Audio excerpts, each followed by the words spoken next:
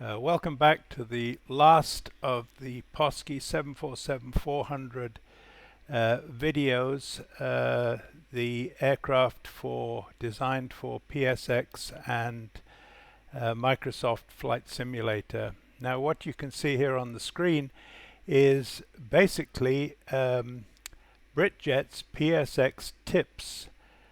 Two really great videos, training videos on flying a circuit, and this is a still shot from the first of those videos showing what you have to do to fly this circuit. And he does say that just be persistent and keep trying, because every time you do it again and again and again, you'll get better at it and you'll eventually crack it. Well, I'm not at the point of having cracked it, but I'm certainly enjoying it. And so you can see the EPA settings, the flap settings, and the attitude settings that he's suggesting to do this circuit. But I'm going to just fly up to 1600 feet and just demonstrate how this whole process comes together. First of all, I just want to demonstrate, you can see in the background Microsoft Flight Simulator sitting on 27 left at Heathrow. But my focus is on the circuit, on Britjet's circuit diagram. But if I click this button, I can change the view. It's also doing something with the photo display as well. But I can change the view. And I can also pan the cockpit view, although it's not in focus. And that, again, if you've seen the previous videos, you can see how to set that up with a controller, in my case Xbox controller. So let's just move Britjet's diagram off to the side, and we're actually ready and set to go. So first thing is to get rid of the handbrake, which sometimes I forget to do. And I'm warning you, I'm not very good at this. This is a demonstration of PSX and wide PSX and Microsoft Simulator all working together and in motion.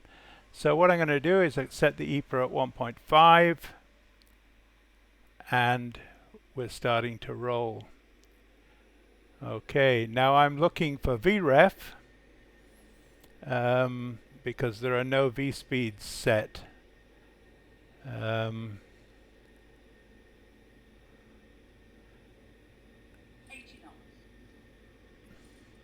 I can very easily, while I'm concentrating on this, I can go to the external view and I can go back to the cockpit view, and I'm still concentrating on flying the aeroplane. Okay, and so now we're going to rotate, and again I can change the view. Now I'm not a professional flyer here, pilot here, but I'm concentrating on attitude, but I can still change the view. Okay, we're coming up to 300 feet, and the speed is still pretty low. I should be at 12.5 degrees, which I am pretty much. I'm at 1000, so here we reduce the EPA to about 1.4, and we can bring the flaps up and continue the climb at 10 degrees to 1600 feet. And I can again, let's take a look outside. There we go. So this is going reasonably well. And when we get to 1600 feet, we want to nose down to 10 degrees. And we want to bring the EPA back to 1.2. And 7.5 degrees, flaps 10. We're still a little bit on the high side, and now we'll start the turn, the 20-degree bank turn. And I'm really concentrating very hard on trying to fly this thing properly, but I'm still able to change the views by using the Xbox controller setup. Okay, well, I'm going to end it there because this is very stressful for me, but it gives you an idea of how these two work together. That view out of the cockpit, I think, is absolutely spectacular.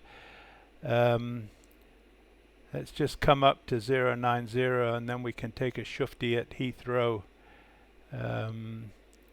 as we come round, and with speeds are doing okay and the altitude's doing reasonably well. As Britjet says, every time I do this it gets just a little bit better. So check your altitude. Yeah, now there's Heathrow off to the left, and now if again I'm focused, my focus is entirely on PSX, but I can pan my view round. Check your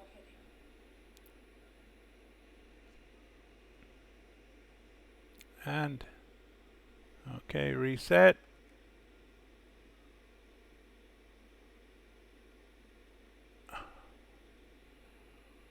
And again, still able to concentrate on flying and the outside view, and again we can pan that very easily and at the same time maintain control of the aircraft. Okay, well, I am going to end it here, and thank you very much. I hope you've enjoyed this series of videos, and